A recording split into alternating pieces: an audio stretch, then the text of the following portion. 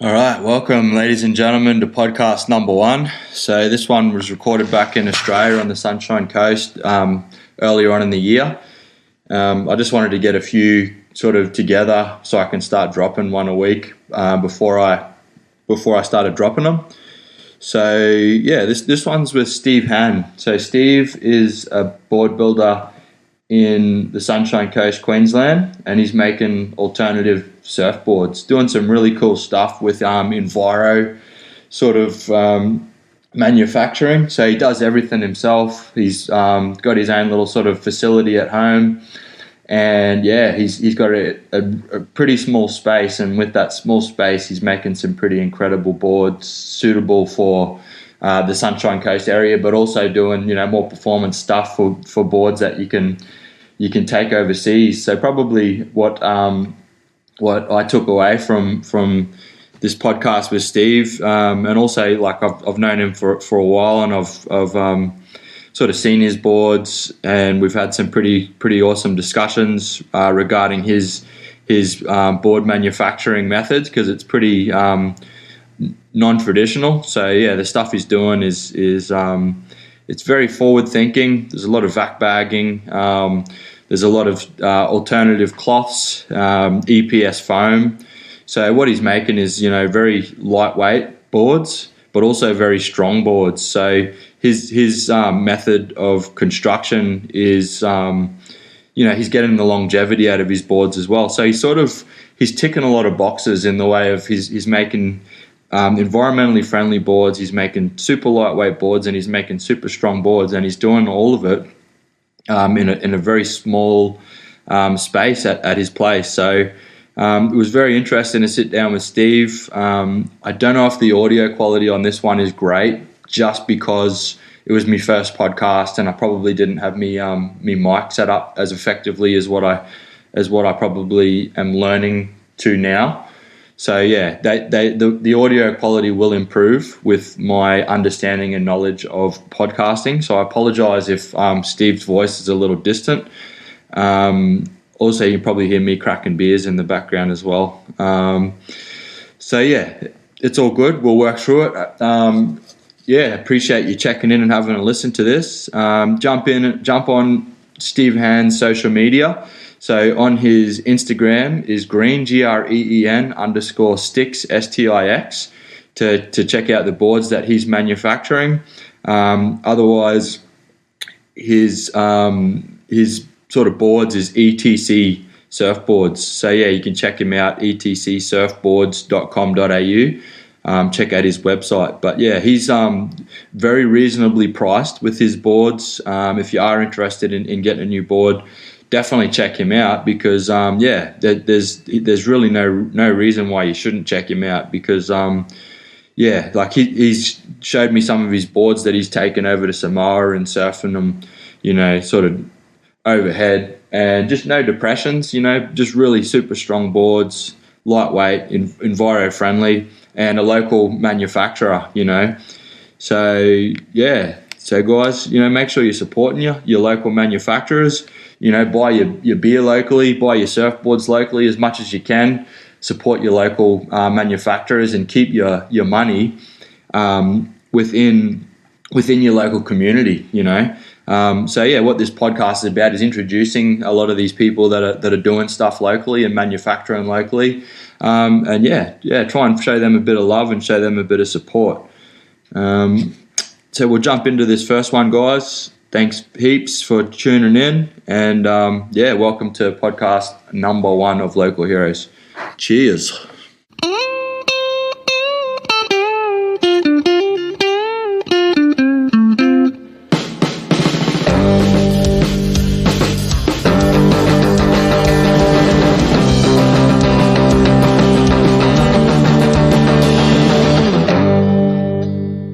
We're sitting here with Steve Hann from ETC Surfboards. Steve, pleasure to have you on the show. Yeah, good to be. Yeah, first local hero, so pretty exciting. Yeah, so Steve, we'll get started, mate. When did you start making boards, and how did you sort of get into making your enviro boards? Yeah, cool. Look, I'm in my early 40s now, and in my early 20s, I used to play cricket with a guy that shaped boards, so I did a bit of shaping and stuff with him, and I started getting into it, and he taught me a fair bit, but all the PU, the resins and all that, just I couldn't handle all the smells and all the toxins and stuff, so I sort of shelved it a bit, and then... So who was that you were making boards with? I was racking my brain today. I know his name's Mick, but I just can't for the life of me dig up his second name. So I haven't been in touch with him for about probably 18 years. So was he a home shaper, or was he working around the area? Yeah, it's sort of like what we do. Like he's sort of home shaper. Mm. Yeah, and he'd been in contact with some other names and stuff. But yeah, it's just getting a bit long. So I probably hung with him for a couple of years while I was playing cricket. And did a few boards back then with him, and he sort of showed me the ropes and got me going.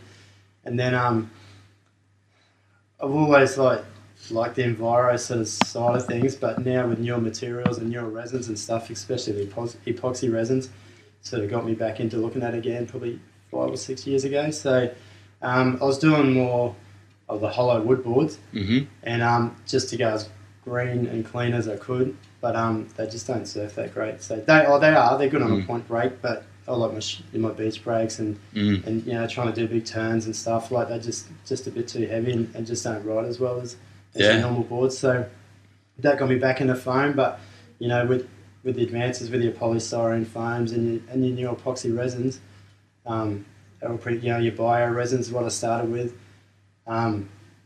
It's just got the froth and the stoke going again, and once I got back into foam and shaping, it just all came back, and just haven't looked back since then.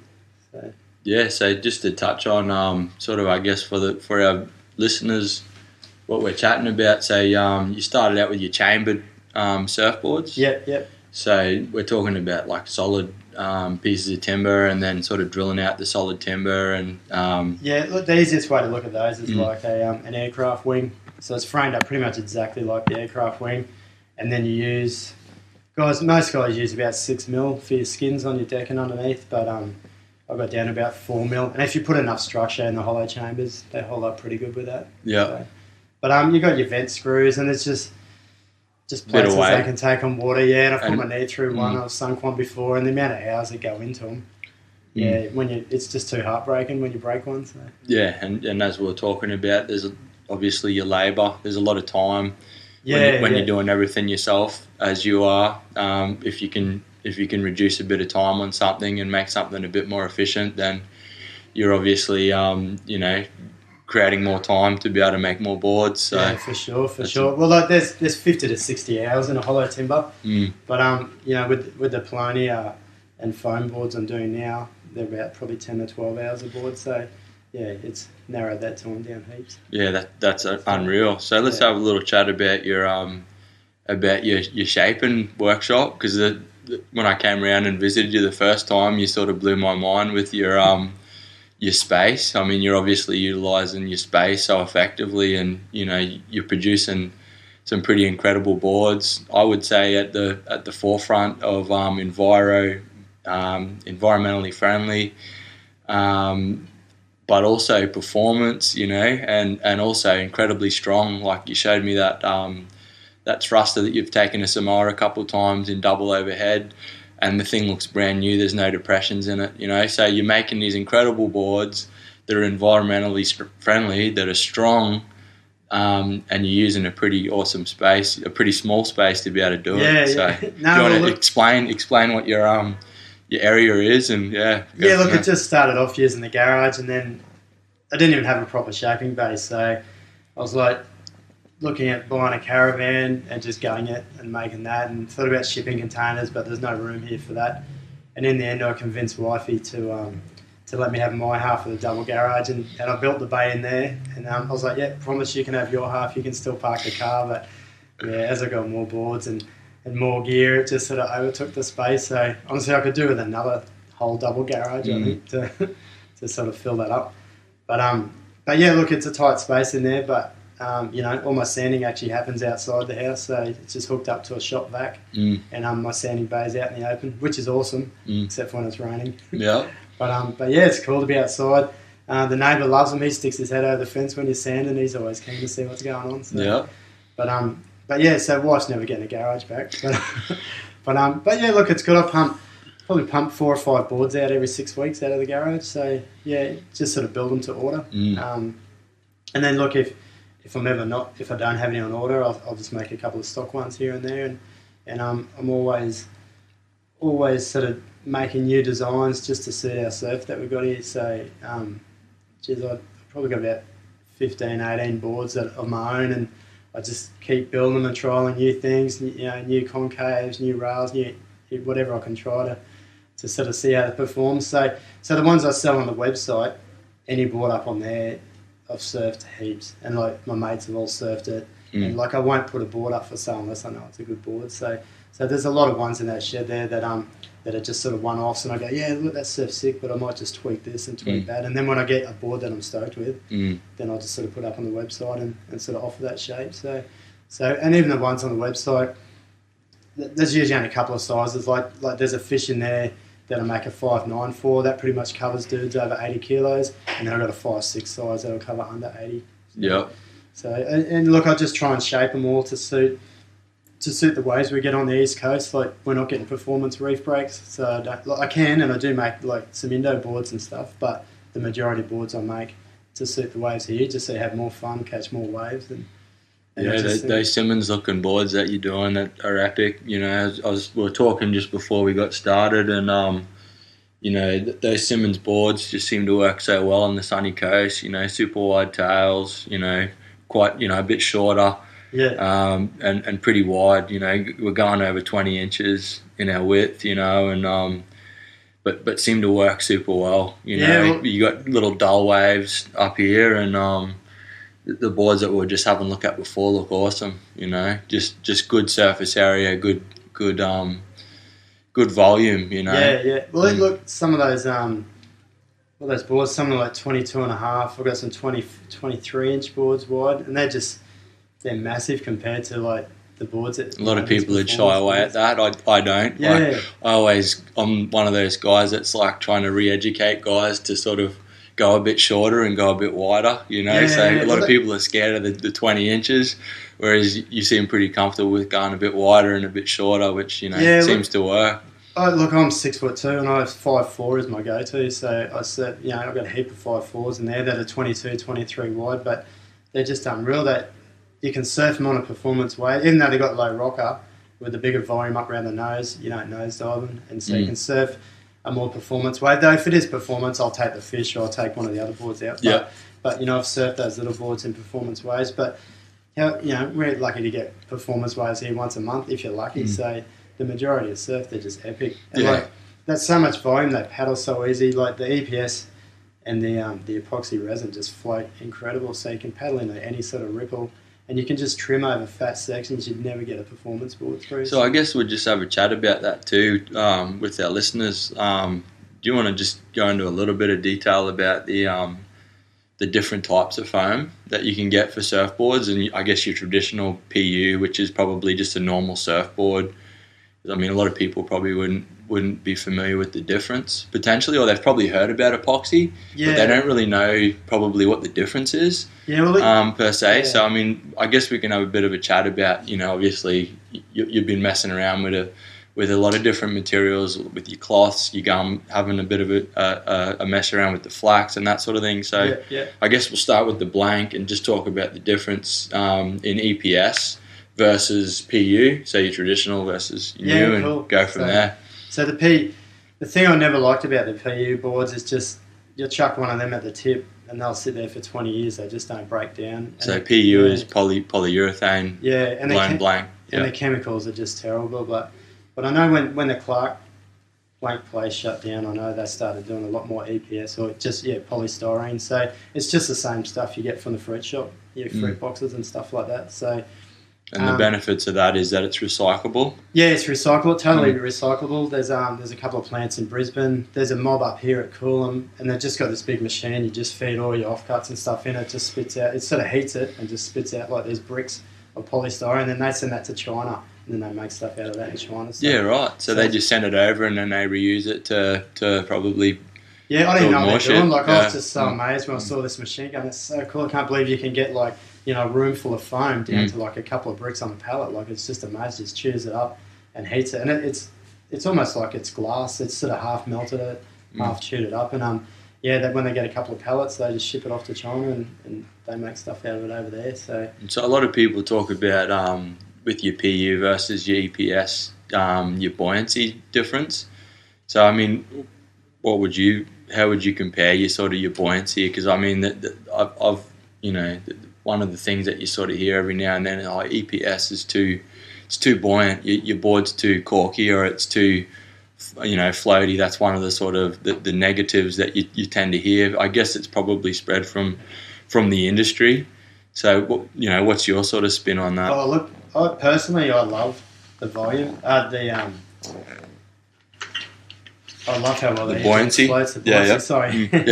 I love how well the EPS floats, and if you don't want that much buoyancy, then I'll just create something with a few litres less volume. Go a bit smaller, that's what I always say too. Just go a little bit less volume, and that's cool. You can go shorter. Yeah. You can go a smaller board. If you weigh 60 or 70 kilos, you can. You can pretty much go a little bit less volume. Go something a bit smaller. And look, I reckon smaller boards, they're more manoeuvrable. Like if you look at old videos like back when Tom Carroll at Pipeline, like those boards I was surfing, they're massive, and you compare them to the size boards they're surfing today. Like like Slater, he'll surf 5 foot something in like triple overhead pipe. Like it's just crazy at how well they're surfing. I think you make sections better. So I think the EPS foam's really good because it gives you that extra buoyancy without having to put too much more volume in it.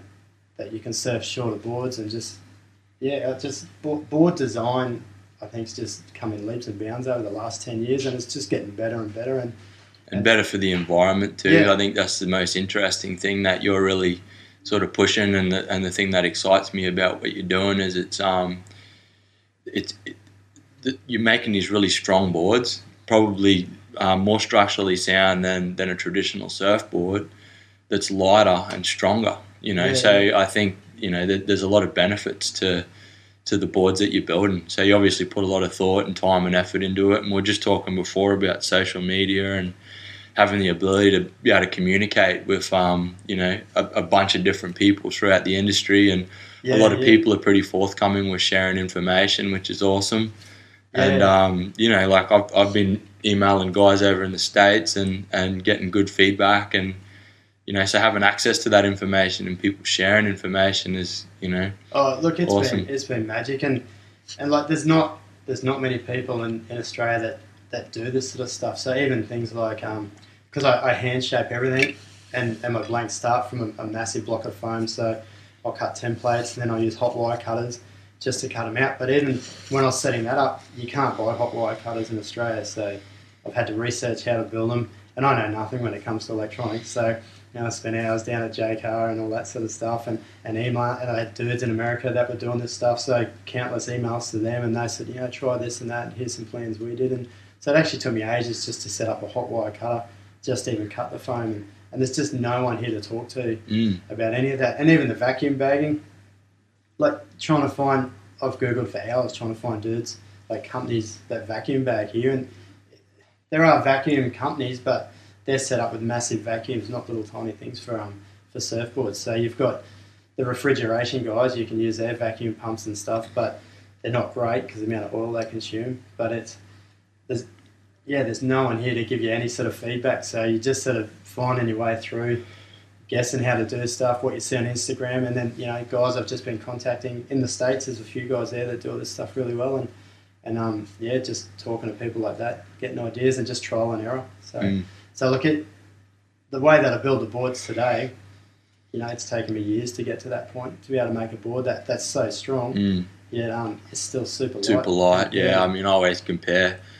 I make traditional surfboards. And when I say that, PU, traditional fiberglass, and the first time I came around your house and I picked your boards up, and sort of blew me out how light they are. And you showed me some of your boards that are 2, 3, 4 years old, and just no depressions, and that's just unreal, So I guess if you want to just go into a bit of detail about how you're creating that structure from the skin of your board.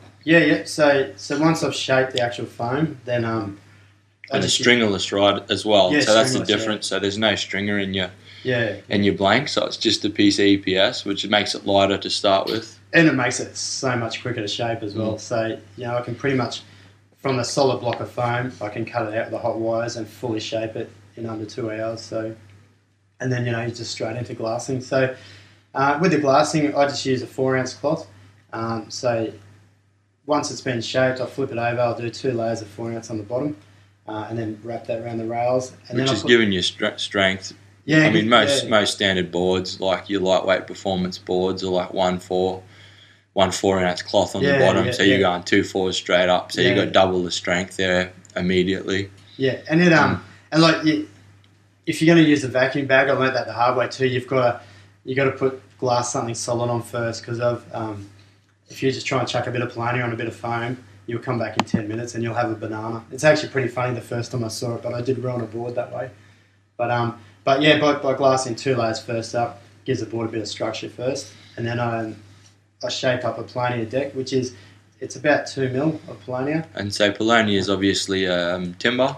Yeah, polonium, it's like balsa wood, so it's a hardwood, same as balsa wood. Nice and light. It's super light. Yeah, it's not that much heavier than balsa wood, but it's just got a better structure to it, so you can sand it better, you can machine it better. And it's sustainable as well. I mean, it's a faster growing timber as well. Yeah, a tree, 10 years will fully grow a tree. And then if you cut that tree off at the base, it'll send up another shoot a couple of weeks later, and it'll grow another tree in its place. So, yeah. So the only thing better that you can use for surfboards is cork, because cork, you're just taking the bark off the tree. You don't even cut a tree down for that. So I've got a couple of cork ones on the go too. But like, we can talk about that a bit later. But yeah, look, and the polonium, the properties it has are awesome. Like, it's mold resistant. It doesn't burn very well. So a place where I was getting polonium, they had a whole farm of them, but when it got planted, they didn't plant it right. So they were knocking over in storms, and he was knocking them over with the tractor and stuff. But the farmer hated it because he put in a pole, they couldn't burn it. So it's sort of burn resistant, it's mold resistant, it's water resistant to a degree. Like, that's why I can build those glassless boards as well, all the eco boards. So look, I do 2 types there. So I do a fully glass board with a polonium deck. That's only 2 mil sort of skin on the deck. And then I do the eco style boards, which is like a 3 mil skin underneath, a 4 mil on the deck. But there's no fiberglass on that. That's just a lanolin finish. And just look, that they do ride different. Just depends what you're after. If you're sort of more used to a performance board, you probably go for more a glass one. But if you're in an environment, like Dave Rasta and those sorts of guys that love surfing all sorts of alternate boards, and that's what these are. And yeah, they're just super fun. It's just, I love surfing. It's, you're surfing totally different to how you surf with your normal glass board, but you just have so much fun, and you hit sections you wouldn't hit on your normal boards, and you come across fat sections that these eco ones will just trim straight over the top of them. So yeah, just sort of I think that's a big difference too. If we start talking about your bigger surface area, instead of having to pump over sections, which are generally a big single concave is designed for just momentum, and quite often, I mean, not just in the sunny coast, but all over Australia and the world, you've got waves that aren't always creating momentum. They're not always like, or you might get that sort of takeoff where you get the momentum and it might sort of die out. Yeah, and we get such a low swell period here. So if you get those boards that have got a bit of surface tension, like you said, they'll trim you through sections a lot better and a lot more effectively. Yeah. And I find that it's the dunny door, I call those small ones there, those 5/4s, just, it looks like a dunny door. And first one I made, my mate said, that's a dunny door, man. I was like, you hit it, that's it, man. It's the dunny door. So look, I know I've got a couple of versions of that, but they're all basically the same properties and similar in shape. I've just played around a few different tails and a few different noses and stuff, but basically the guts of it are all the same.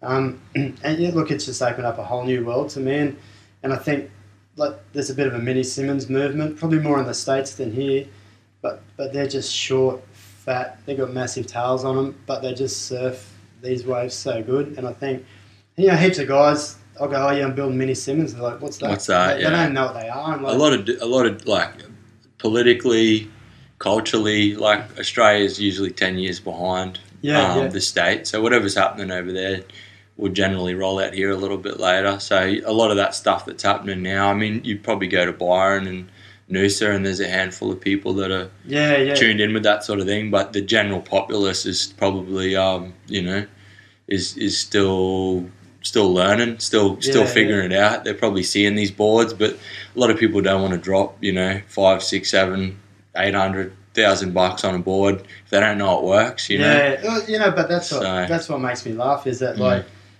you watch WSL, so they were watching Slater, Medina, and those guys just killing it, and they're surfing all these high performance boards, but they're surfing high performance breaks. And how many high performance breaks have we got along between Sunny Coast and Byron? Like there's a handful, but the majority of surf here just doesn't suit those boards. Well, I mean, you'd get the same as I would all the time, where I was talking to a guy that I worked with, and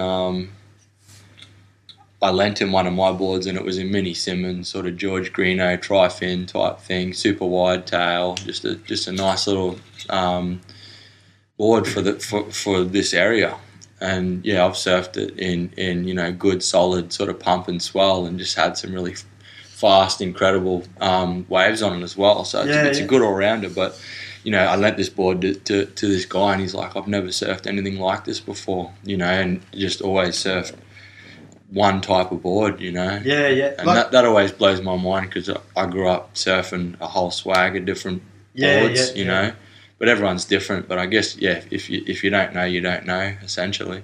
Look, I'll take, every time I go for a surf, I'll take 2-3 boards every time, and just depending what the waves are doing is what board I'll surf. But it's good too, because then I'll turn up, a couple of mates of them, like, oh, look, here's a spare dance, here, someone surf this. And it's funny, like, dudes will be like, man, that's Dunny Dawn, man. That's not going to surf. And then they go for a paddle and get a few waves. And just like, man, it's incredible. Is sick. So it puts the fun back in it, I reckon. Yeah, hell yeah. It puts the joy in it, because there's nothing worse than like going out for a paddle, and you're trying to get onto a wave, and you're paddling your ass off, and you don't get any waves. To me, if you got a board and it works in 1 foot slop, or it still works in 3, 4, 5 foot, and it's pumping. You want something that's an all rounder, not just not just 6 foot pumping at Uluwatu or whatever. Yeah, that's what surprises me with these boards. Like, I make them to surf waist, chest high rubbish, but I've had them out in bigger days, and it's solid overhead, and they still go good. So I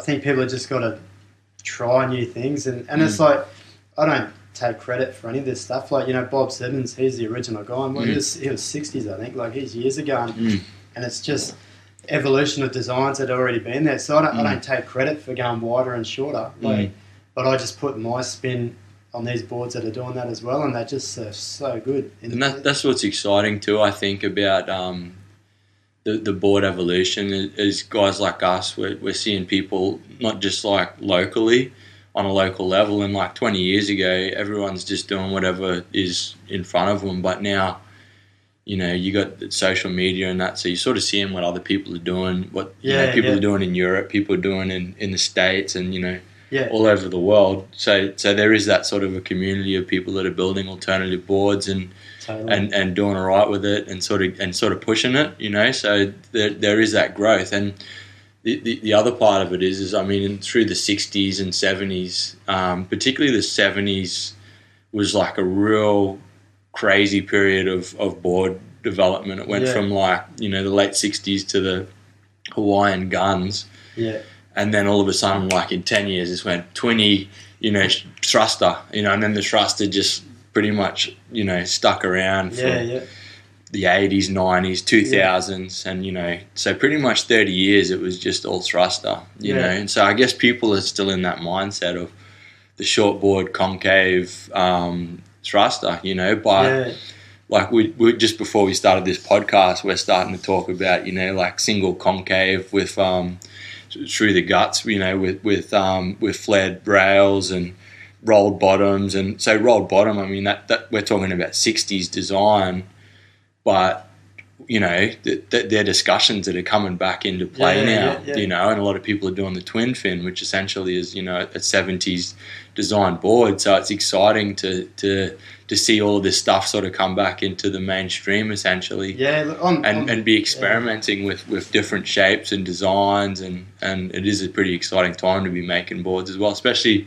with the environmental aspect of it as well. So Look, first and foremost, I guess, well, my love of surfboard drives this, but my love for the environment too. And I'm pretty heavy with my knee, duck diving and stuff, and seem to have a heavy ass. So whenever, all the PU boards that I've had over the years with a stringer, within a month, I've already got big divots either side of the string, and they just get destroyed. And I'd probably, if I had a PU board under me the last 2 years, I'd be doing pretty well. But now with these new materials and building the way they'll do with the Polonia, and I'm using that as a parabolic stringer instead of a normal stringer, it's just amazing the longevity I'm getting out of these. So I've got boards in there that are 3-4 years old now, and the deck is as good as the day that I made them. So how would you say that yours is different to, say, for example, like a Firewire board? If someone said, well, why should I buy one of your boards as opposed to a Firewire or a contemporary board? Yeah, okay, what's the difference there in your design or what you're building? With the Firewire, so they're, I'll talk about their TimberTech ones. So their TimberTech, they're pretty similar to the Eco ones that I'm doing. So they got the EPS foam core, Polonia rails, solid Polonia rail, Polonia skins. They do a 3mm with the Firewire. I actually had, I've still got one out there in the garage, a baked potato that I had from a few years back, and after I had it probably a month, and I put my knee through the deck on that. So Firewire good, I sent it back, and they gave me another brand new one.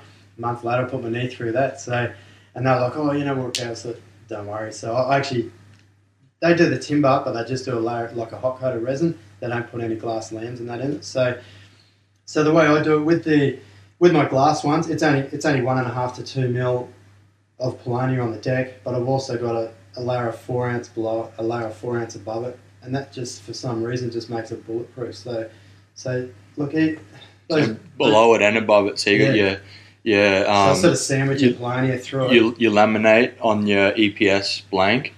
No. So when I cut the shape out for the Polonia, I'll flip that upside down. I'll laminate a 4 ounce layer of that, and then I'll flip it on the board. And I think the secret to making them so strong is the vacuum bagging. So once that deck goes on, it gets vacuum bagged onto the deck, and then I'll wrap another 4 ounce layer over the top of that. So you're doubling your glass up, and that's creating that, like you were just saying, your parabolic structure. So you're putting structure on the outside of the board. Yeah. Whereas a traditional board, if you just got any sort of amount of glass, it's going to seal it, but it's really not creating too much structure. As soon as you run that into anything, your knee, or if you hit anything, it's not going to have that structure. It's just going to sort of fail and create a stress fracture or a crack. So yours is essentially I think the way that I build them, it just changes the flex. And look, flex is like the sort of buzzword at the moment, but it just seems to change the flex characteristics so much. So because, like for me, when your feet are standing over the stringer when you're surfing, you've got the hardest, on a traditional board, you've got the hardest part of the board going down the middle. So like I'm a carpenter by trade, so if you got a block of wood on edge, you know how strong that is. Like it doesn't hardly flex at all. So by having just a thin layer across the deck, it just gives so much more flex. Like the natural inherent flex in the EPS foam, and the Polonia is not really inhibiting that much at all. So if you get if you take one of those eco boards without the glass and you just get the foam, you do a skin of, like a 4mm skin of Polonia on the bottom and a cork deck, the thing you can almost bend around a touch nose to tail. Like there's just so much, not quite that much, but there's a massive amount of flex in it.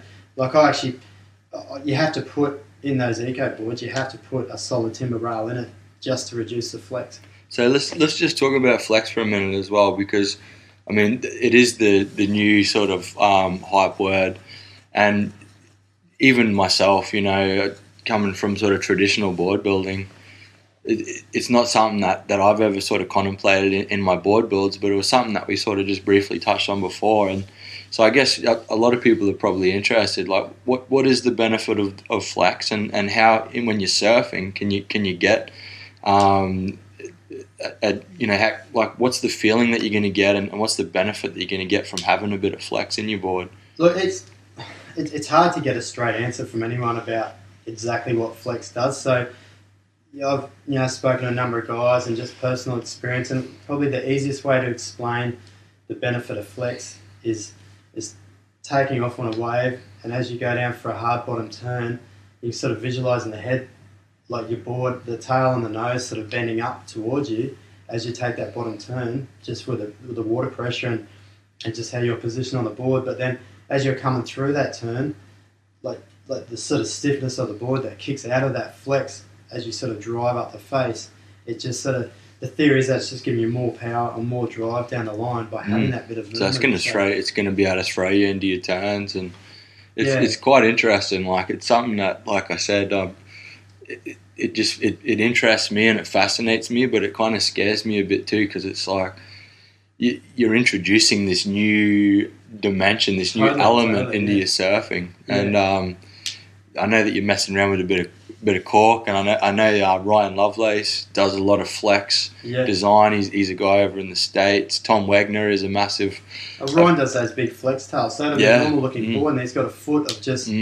It's like barely 10 mil of just glass at the back. And I assume it's glass, but he's got so much flex on those tails. It's crazy. Tom Wegner's another guy, and we're talking about Josh Martin as well. Martin surfboards. So there's some pretty intelligent guys, sort of been making boards for a very long time, that are now really messing around with this flex, and these new materials that are coming out are allowing them to design super strong boards, but with that flex. So I'm actually interested and excited to be able to surf some boards with flex and be able to, and because obviously love alternative sort of board design, and give it a run and see how it works, So look, it's such an unknown, and as a shaper, it's so exciting. Like you can make one that's just, it could be rubbish, but then you could make one and it's just be the magic board. But if you look at boogie boards, look how mumuch flex is in those, and it's got to work, because if it didn't work, they'd be riding fiberglass boogie boards. But all the boogie boards are just you put your knee in the middle of one of them, and they go nuts, man. You get so much flex out of them. So I think the big thing now is just taking little bits from like how windsurfers build boards and how boogie boarders build boards, and I think the way I try and build boards is just an amalgamation of wakeboards and that sort of stuff. Every sort of genre of board building is slightly different, but just to be able to sort of put all those together and use all those different ideas, it's just sort of blown me away what's possible with boards. And look, those eco boards, I try not to say, I build eco boards to people, because straight away people go, eco, they must be crap. They must be missing out. They won't last, or they're not as strong. But in reality, one of those glassless eco boards, you should get 10 years out of that. And like I've got one there. It's been going for about a year, but it's been absolutely flogged. And I've lent it out to mates, and I've had a mate fell on one of the fins and put a crack at the bottom. But they're so easy to repair. You just run a router over the crack. You can glue a bit of Polonia in, and they're good to go again. They're so bulletproof, and they've got 24 mil of solid timber rail on them. So you can't damage the rails, and if you do, you just cut that section out, glue a bit of wood back in, and they're good to go again. And people are like, there's no fiberglass, or you make them out of sustainable materials, they can't be any good. But man, you put one of these under your feet.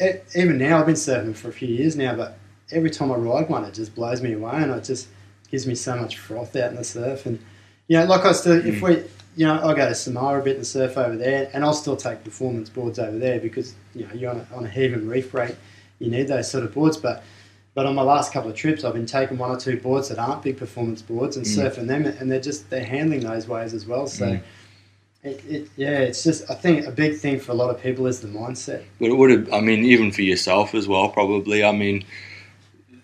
I grew up in bloody far north Queensland, but I moved down the Gold Coast in my early 20s, and sort of got into surfing, just local crew down there, Yeah.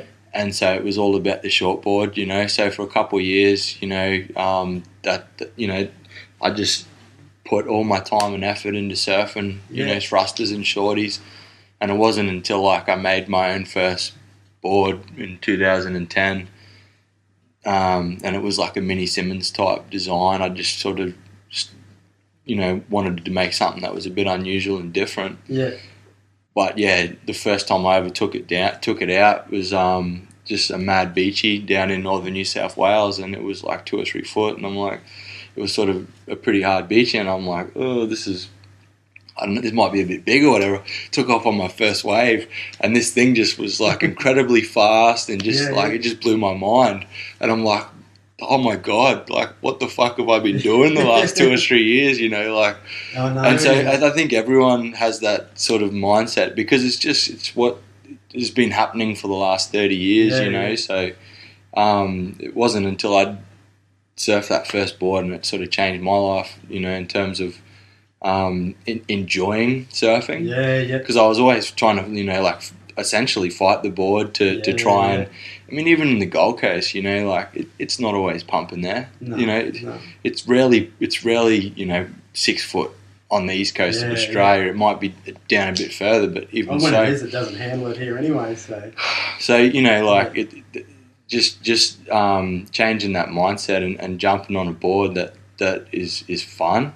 Yeah. That you get joy out of every time you get on it, regardless of the wave size, is sort of pushing that mindset and changing that. Yeah.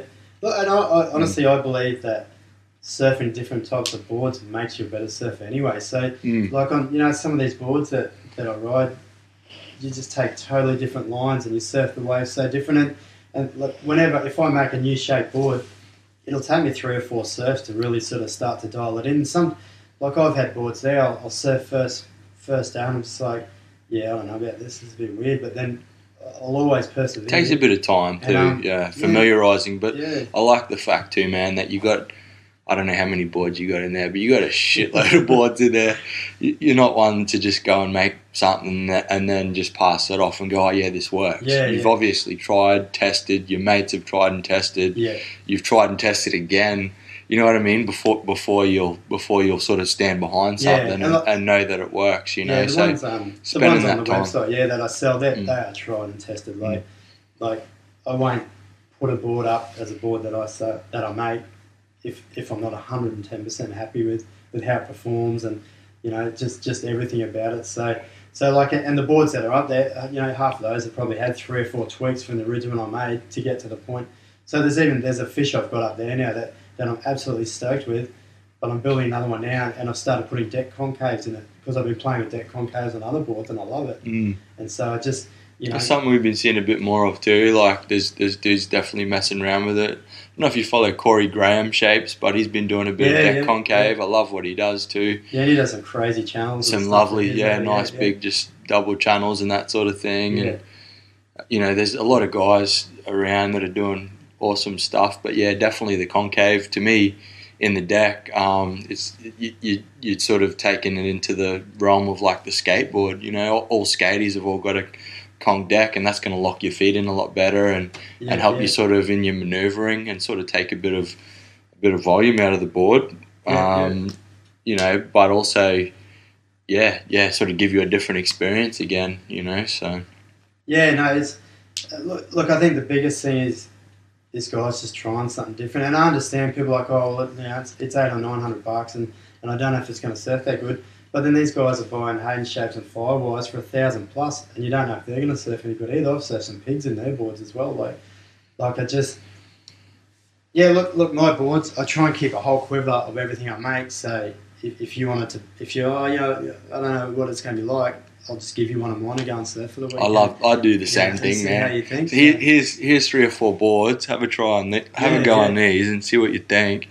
And then we'll dial something in that's for you. It's for the individual. If you go and buy something from a mass-produced surfboard, you're buying something that from that like if you're buying a board from your local shaper, that board is being made for the individual. So all the way down to artwork and design, that the whole thing is for the individual. So it's a lot more of a personalised experience. Yeah, well, every board I make, that no artwork's the same. Every single board is different in graphics or colour, and that's totally up to whoever's buying the board.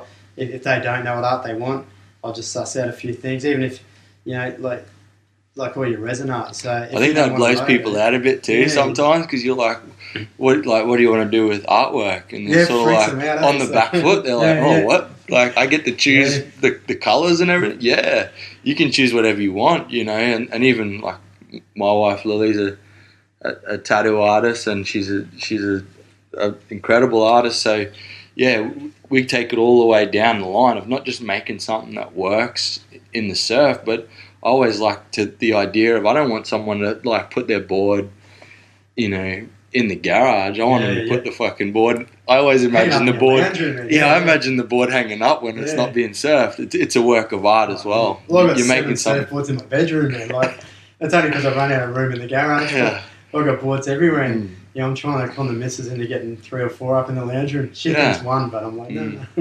But yeah, look. But it's art as well, You're creating a piece of artwork as well, and that's the same with your boards. It's all custom artwork and custom designs, and that's a beautiful thing that you don't get, from a lot of the bigger brands. You're going to go pick up a bloody white surfboard with, and that's the norm. You walk in any surf shop and 99% of the boards are white in there. Like how boring. I won't make a white surfboard. I've had dudes want a white board. Sorry, man, I just don't do white. So I'll do any colour but white. So I'll put white in it, or a little bit here and there, but I won't make a white board. So I'll do resin swirl with white in it. But I just, there's no, I don't know. It's just everyone's got a white board. And you want to do something a little bit unusual or unique, or just something that's custom to that person. That's like individualized. That has a bit of character. Yeah. That isn't the same. I couldn't think of anything worse than just mass producing surfboards that all look exactly the same. To me, like, I choose death. Totally. I'd prefer to just make custom boards, or just something that's unique for the individual, personalised. So yeah, look, I always loved my art and drawing when I was growing up, and I just love now that I can just combine so many loves. Like being a carpenter, I'm using wood building my boards. And I love doing that. I love surfing and making boards, man. There's nothing more sick than surfing your own boards that you make. And then I'm putting all my art into them. And some dudes will come and go, I want this image on that board. I want these colours. Yeah, man, cool. I'll do that. And then other dudes come and go, look, I got no idea. I like red, blue, and green. Can you do something? Yeah, man. So always love that creative freedom of getting a bit of a license to how to take it in a direction. So I had a guy last year, and he goes, look, man, I want something personal, some art. I don't even know. I was like, what music do you like? He goes, Chili Peppers. I said, sick. Yeah, I saw that one. Yeah, looks sick. Blood Sugar I love that one. We took his colours and we put a logo on there, and he loves it. I just, whatever anyone wants, if they got that idea here, or if they're happy to let me go and just whatever. It's funny, when I'm doing boards for me, often I'll be in there about to mix up the resin, and I won't even know what I'm going to do yet. Like especially those resin swirls and stuff like that, and I'll be like, oh geez, I've probably got 15, 20 colours in there, but from them I'll mix up any, and I'll just go, oh no, I saw a green on something. I'm going to go a green here, and I like this blue, and then I'll go, I don't know, looking at the board, and then I'll be to the point of I'm ready to pour resin and mix. And then I'll just try this and I'll try that. I always like to say, like, this probably sounds silly, but that aspect of it, like that creative aspect of it, sometimes like the board, like, I don't know how you sort of put it, but sometimes you're building the board, but sometimes the board builds you too. You got to let the character come out of it as well. Like you said, with your shape and your design, and then it sort of can throw you in a direction as well, and you got to go with that. And for sure. And generally, that sort of creative freedom, you end up doing things that is you blow yourself out a bit with it. Even like look at this timber board. This is a hollow chamber board sitting on the floor in front of us. It's epic. Yeah, it when looks I was unreal. making those, dudes are like, how do you do it? I was like, look, it's hard to explain, but the board shapes itself. I'm just the piece of skin that holds the plane. Yeah, I'll get a photo of this and put it up on my Insta because it's a unreal looking board. Just beautiful timber. It's a piece of artwork, you know. Yeah, like I've surfed that twice, but then the hollow chamber boards are, you know, on a nice long point break is fine, but where do you get an uncreated point break here? So it's just not worth surfing. And, you know, that's the whole thing that got me into doing, you know, swapping to the foam and all that. But I still love looking at these boards, and I could just look at that board all day. And look, I would go out and surf it again tomorrow, but they just don't surf as well. Well, there's that little bit extra, just a bit extra weight in there, and your EPS is giving you your positive buoyancy. Yeah, totally. Like they feel heavy underfoot. So, but look, I went through a stage where I made a lot of them, and I love making them. Would I make another one tomorrow?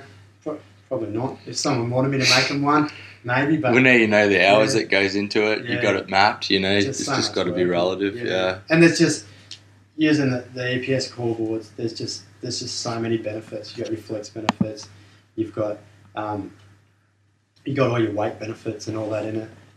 There's just so many good things out of that construction. So man, like I said, the first time I came around and visited you, it's probably a year ago or close to a year ago now. Yeah. But you blew my mind. Like I came around sort of anticipating, you know, pros and cons of everything. You know, and I walked away and I'm like, there's no fucking cons to this. It's lighter, it's stronger.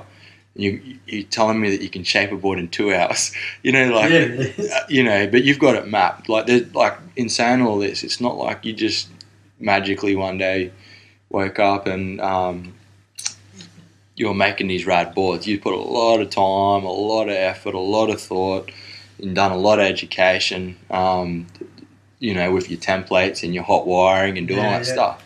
It's all computer skills too. There's like every a lot of CAD design and stuff as well. First, yeah. Which is good because if someone wants a custom, I'll shape it in 3D, then I'll flick images back and forth, and there's a lot of tools. Which is there's a lot in that. Awesome. So once you got that down, it you know your templates are cut, and then you're into it. So, but look, the beauty about the eco stuff is like the glass ones. There's a lot of specialist skills in that. To train someone to make them, it'd be hundreds of hours to get someone doing that. But with these foam core eco ones with no glass, anyone can build them. And like, you know, I've got a mate of mine, he's a high school man arts teacher, and he's been building them at his school, man. So he stays back every Tuesday, Arvo, gets a dad and a kid, they come in and they build boards, man. And so they're all the eco glasses. So we coat them in lanolin, which is great. Even more eco because with the lanolin, when you get it wet, it gets sticky, so you don't even need wax on them. And we got parents and kids, like grade 8, grade 9 kids, and they're just frothing that they're making boards that surf good. So, that's exciting, man. I love that. And I love the fact that the industry is really growing. To me, like the most excitement, like I was saying before, was when I made my first board. That was the exciting point, and I'm like, I want to share this. I want to share board edge. I want to teach people to make their own boards, and that's sort of going back to like the 60s and 70s cottage industry, where people, you know, didn't have access to shapers and board builders, so would make their own boards, you know. So I think there's going to be a revolution of people jumping in and learning, and hopefully with what you're doing and like you're saying about the man arts and kids making their own boards, like that excites me, you know. That's awesome, because that thrill of surfing something you shape and the feeling of shaping something that you know you're going to surf and thinking about hydrodynamics and you know, surface area and surface tension and you know, and then flex and all these things is to me the exciting part. So if you can share that stoke, I mean that's thrilling too, you know. Well, those eco boards, and there's guys doing like treehouse shapes and those guys, where you can turn up for 3 or 4 days, build your own board, and take away something that you can surf straight away. And like it's not just people that don't normally build boards and that get the stoke factor. Like I was at Byron Bay Surf Fest last year, some of my boards, and that same mate of mine, Trent, he was there with the boards that he makes his school kids, but Tom Carroll turned up. And Tom Carroll's like going, oh, you know, who's making these boards? And Trent said, you know, we do this with kids at school. He goes, what, kids are making these boards? He goes, what, like year 12s? my mate's going, no, man, Kids. Year 9 kid made that. And Tom Carroll's like going, he's losing no it. way, man. Like, he was just like, yeah, that's sick. So, Mm. he's got photos with Tom Carroll on the board. So, just had to happen. I was there the whole day, 20 minutes. I went, got something to eat, came back. Missed the boat. And it all happened in that 20 minutes, so I missed it. I was feeling.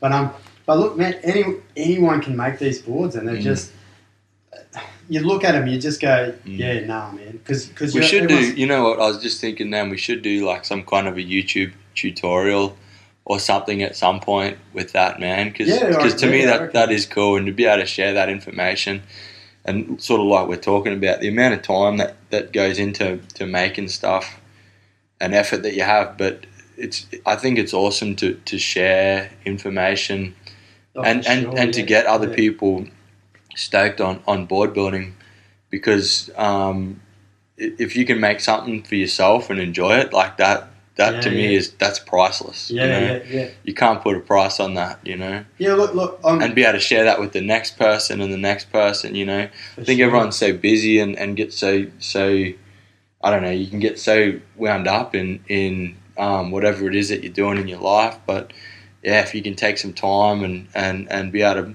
make your own board, there's some mad joy in it, and be able to do it efficiently and effectively, and be able to do it in your garage in a pretty small space. You don't need a lot of space, that's awesome. And look, I have no issues sharing stuff like I got to where I am today because other dudes have shared stuff with me. And when I was first learning about all these new materials and stuff, I'd email dudes in the States, whatever, and they, look, here you go, here's a whole bit of info, So and look, I get emails on a weekly basis. Like I won the other day from a dude in Europe somewhere, and he's like, I'm building this hollow timber board, how do you do this and that? It's like, man, just do this and photos, awesome. Do this and that, and just. But I'm like, when you finish, man, 70% photos. I want to see see how you're doing, and like I got no problems giving up info, and I'm not worried about telling someone how to build a board. Then they're going to go set up a shaping bay and be my competition because firstly I know how much goes into it, and it costs me a small fortune setting everything up and getting it going anyway. But I'm not worried about that. I'd rather 10 people in my street building boards the way I do than having these Chinese board factories coming in flogging off boards for $400 and they're rubbish, those boards, and like they're just built by dudes in a factory that don't even surf. And like every board that I make and sell, I surf, and I've dialed it in from not just me surfing, but my mates surfing and mates of theirs surfing. I try and get my boards under as many feet of people as I can. And that's a good point too, is quality, So what's the difference between, the question I asked before, what's the difference between what you're doing and say, a mass production company? Well, I mean, it's quality. You put that time and effort, you put in your art, you put in your sort of your personal knowledge, but you also put in quality. You want to make something that's going to last. And I always say that too. People say to me, I want to, 6 and 4 and 4 on the bottom. And I'm like, nah. Nah. Like, to me, you want to build something, I always say, that your grandkids are going to surf. And you want something that you want to build a board with a bit of character, a bit of style, but to me, something that like is going to be around for a while.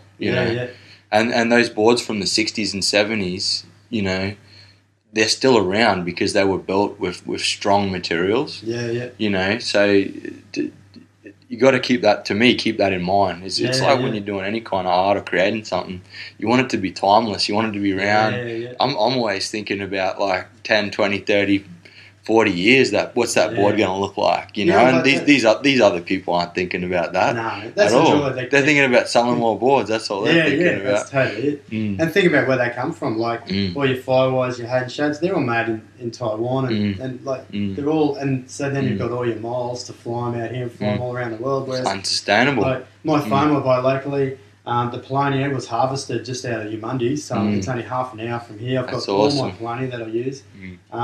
All my resins are Australian made, and these resins are so much better than the ones that you're getting out of Taiwan and China and that sort of stuff. So, I've had Hayden Shakes board. I had stress fractures all the way down the rail from them. These I use it's called Surf Set.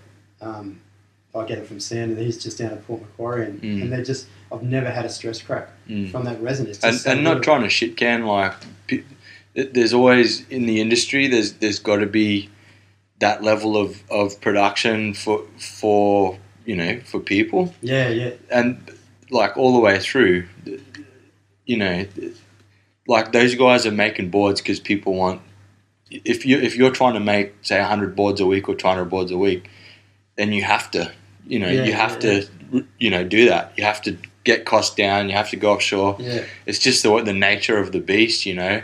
But ultimately, like, I don't know, if you want something that's local and quality, you know, you have a look buy a board from your local shaper. Essentially, that's the way I look at it.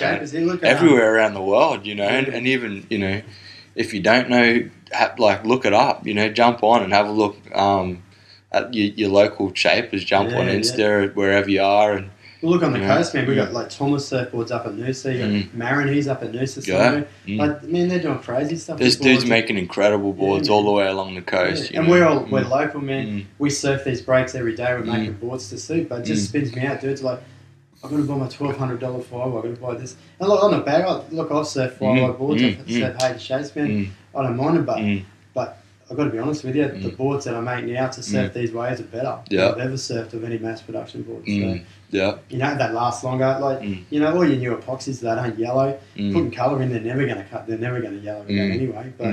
But like, yeah, these boards, I build them to be around 5-10 years. So like, you know, you just don't have to buy a board every year like I used to have to surfing PU boards and stuff.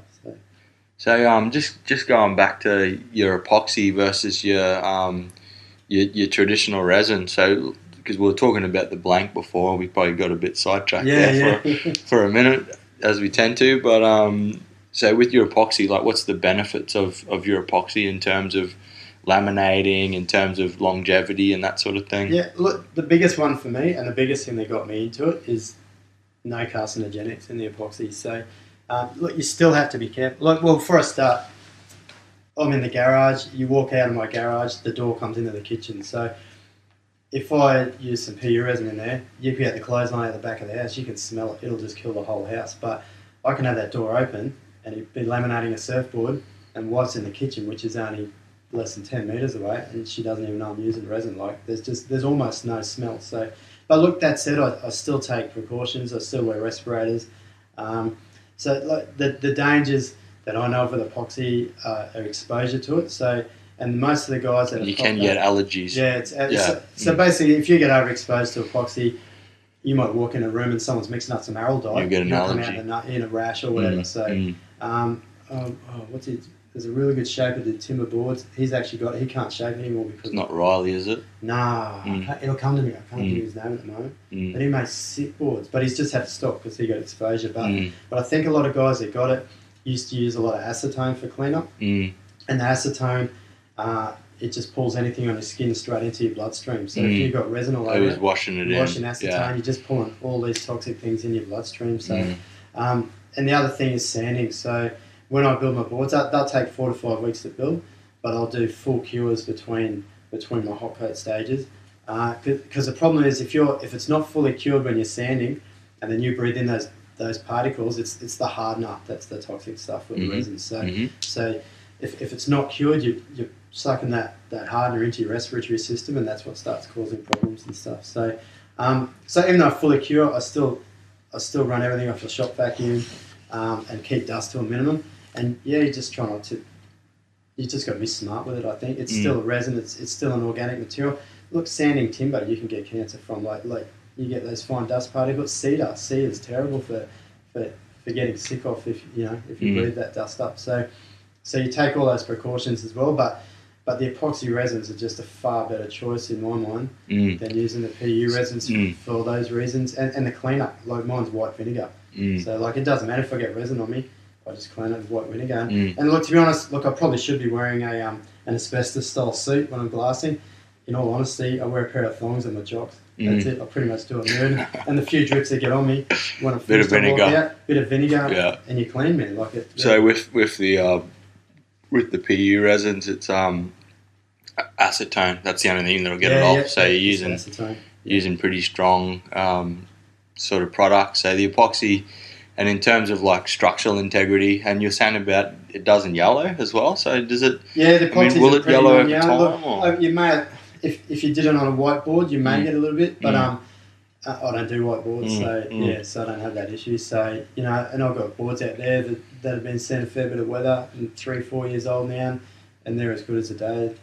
There's no difference in any of the colours. So cool. So and like this the stuff I use from Sander, the surf set, it's an acrylic epoxy. So it's like a 7-day full cure, but the acrylic in it makes it super hard, and the epoxy still gives you a good flex out of it. So you sort of got the benefits of both worlds. Like you got a hard finish, like your PUs, but then you've got the flex benefits of epoxy. And it's, to be honest with you, it's the best resin I've come across with epoxy, and I swear by that. So. Yeah, you've been through a few. Yeah. And so what about these like the actual Enviro epoxies? I mean, I don't know enough about them either, but what makes them like an environmental epoxy? You got the bioresins like... So are they manufactured differently? Yeah, so super sat. It's made more out of like organic materials and stuff. So I can't remember the percentages, but there's a certain percent. So it's just they're not using your petrochemicals and that sort of stuff. Yep. Them. So, but they are good, and I've glassed quite a few boards in them, and I'm actually Sustain Surf. I'm actually qualified with making boards for them. So they're standard level boards. So I have to use bioresins if I build a board and use their logo. Yeah, awesome. Yeah, so the eco ones, the lanolins, they're fine. They're all certified by those guys. But awesome. But if I want a glass one, I have to use the bioresins, and the bioresins are good. The only reason I don't do a lot in bioresin now, it's just the cost. Just here, and look, the more people that use them, that do use the lower the cost will go. I figure that too, man. Like a lot of these, we'll get into cloth in a minute. Yeah. But a lot of these materials are expensive because they're not in the mainstream, and the more that people are utilising them and using them, obviously the lower the cost will get. Like for example, I mean, I've been looking a lot into hemp, especially we do a lot of t-shirts and that sort of thing. Yeah. So I want to get into hemp, t-shirts and shit, but. It's so hard to even find a manufacturer like anywhere in the world that's even like manufacturing hemp. So the cost of manufacture is higher because there's just not a lot around. There's not a lot around because all of the negative sort of feedback on it. But it's crazy though. There's just this. The system's already in place for cotton. The system's already in place for synthetic materials. So that no one really wants to rock the boat. But I think those systems they fight against all this stuff. Yeah, exactly. Absolutely. You try and talk to a lot of your traditional sort of avenues of even trying to obtain these materials. Yeah. And I mean now it's getting a lot easier, but I'm still trying to find like a hemp cloth that is utilisable, and we were talking about it before. And if anyone knows anyone, please email me because I'm having a hard time trying to find it. But I want to go in that direction. But a lot of materials are either expensive or hard to get a hold of, and the more that people are using them, and the more that people, consumers are saying, I want a flax cloth or an epoxy board, the lower the cost is going to get, and the more standard that becomes, and the better it is for the environment. And that's basically it. A lot of people go, with global warming and with environmental issues, but there's nothing I can do about it. Well, actually there is. There actually is, and on that sort of consumer level, you can get a bio-made board. So like your boards is like you were saying before so they're sustainably. Is it Sustain Surf? Yeah, Sustain Surf. Yeah, so they they're accredited. Firewire and that use them. So if you look on your Firewire boards, they have their little logo underneath. So So basically the way it works. Someone comes to me, I want a certified eco board, or they'll go to Sustain Surf. Oh, look, I live on the sunny coast. Who makes them? They go see Steve. Who makes them?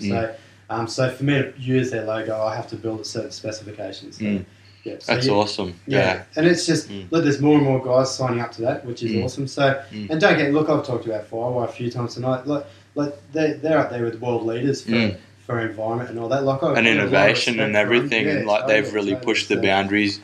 Machado with his twins and all that stuff, they're pushing the boundaries, But also, it just comes down to, quality you know. Yeah, totally. Like that's the thing. They're made overseas. They're made in Asian countries, and yeah, it's about your quality materials, quality of resins, and your miles is a big thing for me. Is that how much does it cost to fly it from Asia all the way here, and what all your products you've used, where have they all come from for you to make the board? Then it gets sent over here. So how much greenhouse damage is there already by the time you get here? So and that's why it's big for me to have, which is really hard. And thank God I've got a really good supply of polony at the moment. But you know, my polony was only grown half an hour down the road. Like, yeah, I love that, man. Miles to that. I picked it up in the back of the ute. Like, I'm the same. Like, I'm on that same sort of trip, man. Like, I built, I had a couple big trees that were like hanging over my house, you know, that were sort of unsafe in terms of being so close, and they were like dropping leaves and shit. A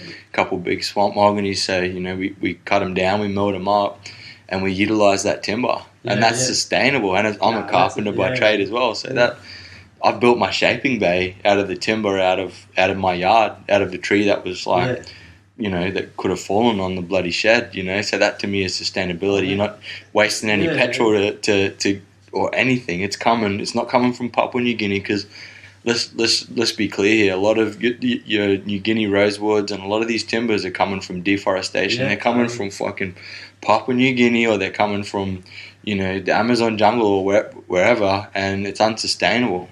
I know dudes that think, it's over in New Guinea, who cares, it's their forest, but that's what's contributing to global warming, and that's our problem. Like, that's everyone's problem. So, no, it's crazy, man. That's why I don't want to get political, but you see the stuff with Donald Trump, he's just trying to get all these drilling rigs and that going, man, it just boils my blood, because I'm trying to do little tiny things here, and then some idiot like that gets in and makes these massive decisions that are just woeful for the planet. Like, like I think as a whole, I think people are becoming more and more environmentally conscious. I think surfers are becoming more environmentally conscious. I think that I think people still haven't made the connection, or they haven't been educated sufficiently to be able to make that connection between what they actually can do in order to you know, contribute. We were talking before a bit, like, cost of boards. You're going, oh yeah, okay, so what happens if I want to buy a board, you know?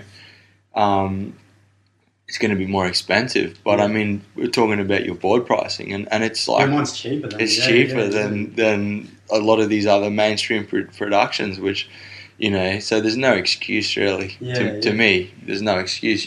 If you want to, you know, be able to support local industry, sustainable, eco-friendly, you know, you got to be, to me, looking at your local board supplier, you know. The tide is turning, but I think there's still a lot of people out there. As soon as you mention the word eco, they're like, vegan hippie is all they can think of. No, not doing that. And look, there's a lot more stuff I could do. Like, we got solar panels on the roof, and I build these boards, and, you know, we recycle and like the basic things. And look, that's not much, but it's something in the right direction. And if everyone did does that, a little it bit, makes a big difference. absolutely. So, and look, I could improve massively in what I do, but boards are my passion, and I push them as far as I can to get them as green and clean as I can, because I know how quickly guys go through boards. So my whole goal was to make something that strong and lasts and strong, sustainable. Made, and and it's that's such a big part of it for me, that I'm contributing to make this place a better world. As well as living it nice for your kids. And having fun and like, I've got a little daughter, and like you know, I'm 44, probably got another 40 years left in me if I do it right. And I don't really care. For me, like, if Trump ruins the world, whatever, I'll see my time. But I've got a little daughter, she's got 80 years now to go. Like I want a good world for her. And, you know, just biodiversity, man. I think is important. Is the most important thing. I think it's the greatest issue confronting humanity. There's a lot of, not to go off subject again, but fuck it, we're on the subject. I think that biodiversity, like the thing that makes the planet so fucking wonderful, makes it better than Mars or the Moon or any other planet in our solar system, if not the galaxy, if not, you know, the universe, is the biodiversity. So the fact that we have all of these different organisms on the planet. So, you know, the better the biodiversity is, the better the planet is, the better the shape the planet is. So I think if we thought about it like that and tried to do things sustainably as you're doing, then you have more of a sustainable planet that, you know, in 100 or 1,000 years, you're leaving the planet better than what you sort of came into it, you know. Yeah, so, look, I think it should be mandatory that we leave the planet better. Like, we should all be working. Absolutely. Like it's such a beautiful place here. Like, you know, we're in Budrum here. You can drive to Budrum Waterfall, which is 5 minutes away, and you can walk in the middle of this waterfall, and it's like you're in the middle of nowhere. Like, there's no sign of civilization around you, but we're in the middle of suburbia still. Like those, and I take my daughter out there all the time. She loves it. Like the creeks running through there and the rock hopping, and you're 5 minutes from suburbia. Like, you're in the middle of suburbia, but you're a 5 minute walk out to get to it. It's just crazy. And I'm like, then you walk up there and you see people chuck their rubbish and shit all over the ground. And you're like, how can you be in a place as beautiful as this? And you go to the beach, look at Bali, look at all the plastic and crap in the water. Man, I refuse to go to Bali now. The last time I went, and a lot of people sort of point the finger over at Java and different things, but I mean, it's probably no good on my part just to be like, I'm not going back. Like, I'm not, because it doesn't really matter whether I go back or not. But yeah, there needs to be like a major overhaul of waste management of oceans as well, man. Like, I think that different countries essentially just they just want to deal with their own problems. They don't want to deal with the ocean. But yeah, we've got to do some serious cleanup. I remember Bondi, was it 30 years ago when they had all the sewage and how feral that was? Like, you know, and that's here back at home. Like, that's what I mean. I mean, we can fix things, and as a species and as individuals, we can fix things. But it's getting to a point with the ocean that we're getting to the point where we have to. We have to start fucking fixing things because it's getting out of hand. We're getting close. It's a tipping point. It's getting out of hand. Scares the hell out of me. It's getting out of hand. But I mean, humans, we generally do things when we have to. You know, Look, I just hope. Look, I definitely think the tide's turning. I see a lot of good stuff happening. I just hope that it all happens before it's too late. It will, man. I think as humans, we just do things at the last minute. You know, it's the same with when we started making fire and when we started, you know, hunting and all the things that humans did as a species. We did out of necessity. We didn't do it because, you know, if we didn't have to do it, we don't do it. You know, but the ocean's one of those things where we're at a point now where there's so many people on the earth. There's so many people using, like you're saying, plastic bottles and petrochemical based sort of products that a lot of that stuff just doesn't break down throughout a generation. So it takes 2 or 3 generations. So all these generations are sort of stacking it on, and now there's a whole bunch of plastic floating around in the ocean. So that has to be dealt. We have to start dealing with that, you know. But getting back to what you're saying before, like, what can I as a person do? Like, simple things like buy an aluminium or stainless steel water bottle or something, so you're just reusing the one bottle. Don't drink out of plastic bottles. And you know, like, I try hard not to buy. If I have to buy water, I'll at least buy it in a glass bottle. So look, I don't know if it's that much better than it's got to be better than plastic. But just having that mindset of, and it can start with your whatever you're doing or your surfboard. But even like I love Offens. You know, the Offens brand are doing a lot of hemp products and that now, and you see brands that are doing things that you like, like the reason why we're sitting here is because I'm interested in what you're doing. It's crazy, you know. Too, So there's people sort of pushing it, and I think it's at the moment, like right now, it's sort of like on the verge. But I can foresee in the next. You can see Slater's pushing it, and a lot of people are pushing it in the industry, and on the, like, it's going to become more and more standard that, you know, the zero carbon, you know, mindset and sustainable mindset is going to become more and more of a sort of a consciousness and a standard, you know. Yeah. That's crazy too, though. Like, you're talking about hemp, like it's stronger, it grows quicker, like it's better for them. Like, there's so many good things. Like, look, I don't know a lot about cotton, but things I hear about hemp, so many positives. But it does make me wonder, like the cotton industry, they'd see that as a threat, so they go out of their way. To get that out. But it's amazing what I've discovered building these boards, more eco-friendly, is that there's way better materials out there that perform better and that are better to work and have like better performance characteristics and everything. And you just got to get out there and try them. And the hardest thing, people are like, think surfboard, you think white board like Kelly Slater rides, or the pros, but it's just not like that. It's a lot of advertising, and that people want to sort of surf or do what their sort of heroes are doing. But even Slater now is sort of pushing it in the direction of eco-friendly. He's doing a lot of recyclable materials, and he's pushing that, and I admire him for that. Because there's a lot of people that could be that aren't. They're on the receiving end, but they're not pushing that. And I admire Kelly because he is very environmentally sort of conscious, and he is sort of promoting that. And there's a lot of people that aren't, that could be. That have got a voice and don't use that voice. So I think they're starting to write a few more eco-style boards and that with WSL, and then I've been reading a little bit of stuff lately and doing that. But that's what it takes. Like little guys like us, we get out, people surf our boards and that, and they're like, oh yeah, that's sick, and then you sort of bit of word of mouth. But someone big like Kelly Slater, they just got to do one thing on Instagram, that's right, and they've hit so many. It makes a big people. change. It makes a difference. So we still got to keep doing our little bits and pieces, but it takes people high up the chain to sort of get set the standard. So Spread the word. Totally. So I guess we'll just go back to we spoke about your blank and your EPS and the benefits of EPS, the fact that it's recyclable, the fact that you get more positive flotation, so you can go a bit lighter. You can go a smaller board. Yeah. We've spoken about your skin and your parabolic structure in your board. Yep.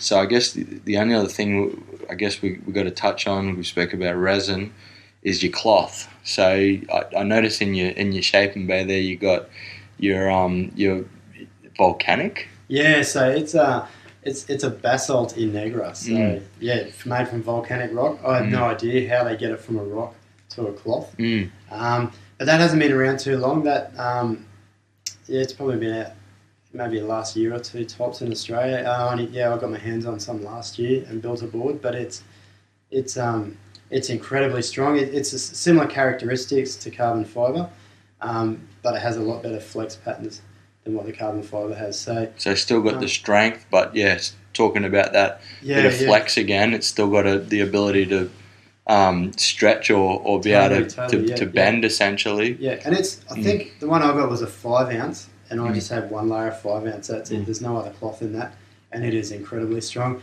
I took that over to Samoa and I surfed solid overhead, and it just handled that so well. And it took a few beatings over there too. And that's what I love about your boards, man. I look at them, there's not even a fucking depression. Yeah. And how much do you weigh, man? I'm 95, man. 95 kilos. You're a big dude, man. And there's no depressions in your board, which just spins me out. Yeah. Look, I wish I had one of my old boards. The last PE board I had was at an older lower, and it made it look like the moon. It just had depressions all over it, and I wish I still had it so I could compare it. The thing is, I wouldn't buy one now and surf it for a year, whatever, get that, just to compare. But it's just, it blows my mind all the time. Like every time I take a board out, I'm just like, I can't believe this deck's still solid. And so the other one was the flax as well. You got some flax cloth there as well. Yeah, I'm glassing a board for Grant Newby at the moment. So he shaped a fish up. I only wanted to go flax, so I've been wanting to do it because I like the look of them. Yeah, they look sick. They look real businessy. For some reason, it's like wearing a suit sort of thing. Yeah. It looks real. I like the flax. Yeah, and you don't even need art. There's no art with them, so it's just clear resin and flax. So you glass it up the same as a normal fiberglass cloth. A little bit trickier. It doesn't quite mold to the board as well. But look, that's the first one. It's just ready for hot coat now, and I'm real stoked how it came out. I'll definitely be doing more of them. Yeah, it's a nice looking, just a nice looking material. Yeah, and you were saying treehouse shapes. Yeah, he makes a heap of them like that. The treehouse pushing out a lot of them. And they look awesome. And he does the board education as well. But it's another thing. It's natural. You can get it more locally, but I'm paying $3.50 a metre for fiberglass cloth for a 4 ounce. You're looking at $15 a metre for flax. So the cost for them, again, because not many guys are using it. It's a bit pricier. But that will come down over time relative to people using it essentially. And then look, there's so many different cloths, and every day there's more and more things that people are glassing boards with, and just that flax cloth, from what I understand, is pretty similar to characteristics and strength properties to all your fiberglass cloths. So yeah, look, why not go natural if you can? If it's got all the same benefits and properties, So yeah, look, this one, unfortunately, I won't be keeping it, but I'll definitely glass a board for me with flax and give it a bit of a run, and so they go, and they look awesome, because I got planer on the deck and the flax underneath. Everything's just natural. I love the look of them. So, and just the feel surfing on wood boards, just, I don't know, it's just got the stoke factor inside from just riding boards that are good for the environment. And sustainably sourced, and there's a lot of boxes being ticked. For sure. It's I think I'm gonna have to. You've just sold me a board, Steve. I think I'm gonna have to order one off you, bud.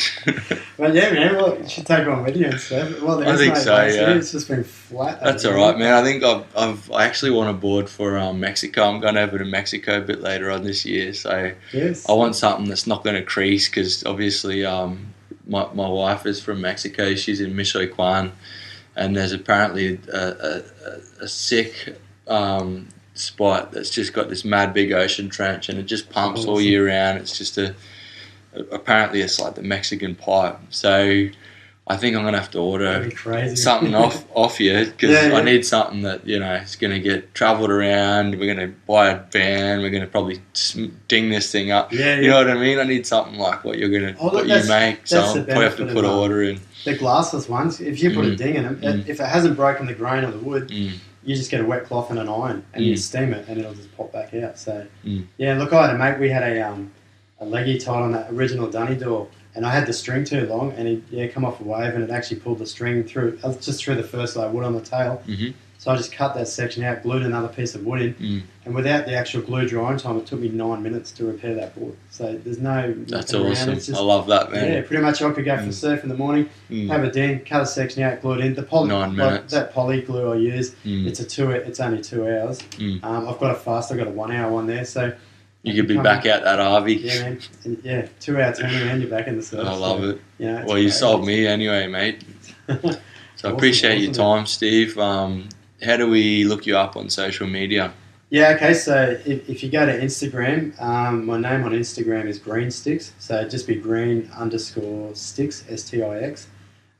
Or the easiest way on the website, just if you Google ETC surfboards, all one word, it'll be the first one that comes up with that. So, man, I've got a heap of boards on there. It talks a little bit more too about the journey I've had with it. How I build them, that sort of thing. There's a gallery. Every time I make new boards, I keep updating that gallery. So if you ever want to come around and check out the boards and how I build them, anytime. That's awesome, Steve. Thanks so much for your time, mate. I've really enjoyed it. And it looks like you got a new order anyway. Awesome, bro. Awesome. It's been great chatting. All right, mate. Thank you.